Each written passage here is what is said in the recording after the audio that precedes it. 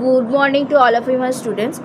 আজকে রামগতি ন্যায়রত্ন সম্পর্কে আলোচনা করতে চলেছি। 1831 থেকে 1894 খ্রিস্টাব্দ এই প্রকাশকাল সময়কাল।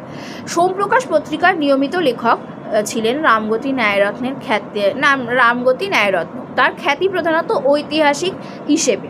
প্রথম বাংলা গদ্য লিখিয়েদের যোগসাজশে প্রায় একসঙ্গেই সাহিত্য চর্চার সঙ্গে ইতিহাস চিন্তার রাজ্যাভিষেক ঘটেছিল। হ্যালহেড, ফস্টার, কেরি প্রমুখ বিদেশি লেখকদের হাত থেকে দায়িত্ব তুলে নিয়েছিলেন ঈশ্বর গুপ্ত, রাজেন্দ্রলাল মিত্র, দ্বারকানাথ বিদ্যাভূষণ প্রমুখ স্বদেশীয় মনীষীরা। তাদের উত্তরাধিকার অর্জন করেছিলেন রামগতি ন্যায়রত্ন। হুগলি জেলার পান্ডুয়ার নিকটবর্তী ইলছোবা গ্রামে 4 জুলাই 1832 খ্রিস্টাব্দে জন্মগ্রহণ করেন। তার মৃত্যু হয় 9 অক্টোবর 1894 খ্রিস্টাব্দে। পিতার নাম হলধর চূড়ামণি।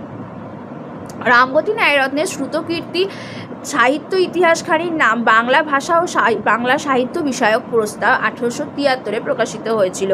গ্রন্থটির প্রথম ভাগ 1872 খ্রিস্টাব্দে এবং 1873 খ্রিস্টাব্দে প্রথম ও দ্বিতীয় ভাগ একত্রে সম্মিলিত আকারে প্রকাশিত হয়।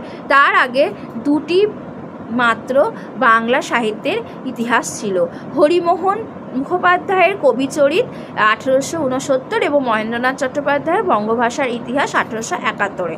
তবু দুটিরই তুলনায় রামগতির গ্রন্থটি পূর্ণাঙ্গতর, অধিকতরভাবে কাল সচেতন এবং ইতিহাস সঙ্গত ভারতীয় ভাষাসমূহের উৎপত্তি ও তার স্বরূপ ধর্ম থেকে বাংলা অক্ষর ও ভাষার প্রচলনের বিবরণ এবং তার সমকালীন লেখকবর্গের সাহিত্য চর্চার ধারাবাহিক ইতিবৃত্ত এখানে বর্ণিত হয়েছে।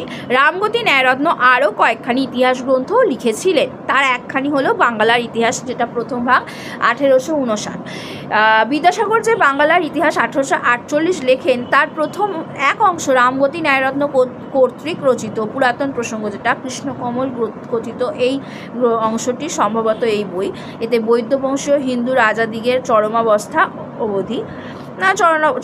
অবস্থা পর্যন্ত নবাব আলীবর্দী খাঁর অধিকারকাল পর্যন্ত বাংলাদেশের প্রসিদ্ধ ঘটনা সকল সংক্ষেপে লিপিবদ্ধ হয়েছে। তার অন্ধকূপ হত্যার ইতিহাস 1858 এবং বস্তুবিচার 1859 এক উল্লেখযোগ্য গ্রন্থ। রামগতির সাহিত্য চর্চার পরিচয় পাওয়া যায় রোমাবতী উপাখ্যান 1862 এবং ইলছোবা 1888 প্রকাশিত হয়েছিল। এই দুটি উপন্যাসের মধ্যে দিয়ে ছোট ছোট সরস গল্প নিয়ে গোষ্ঠীকথা 1877 নামে মজলিসি গল্পেরও একটি সংকলন তিনি প্রকাশ করেছেন। এছাড়া দময়ন্তী, ঋজু ব্যাখ্যা, রামচরিত প্রভৃতি গ্রন্থ প্রণয়ন করেন। সাহিত্যের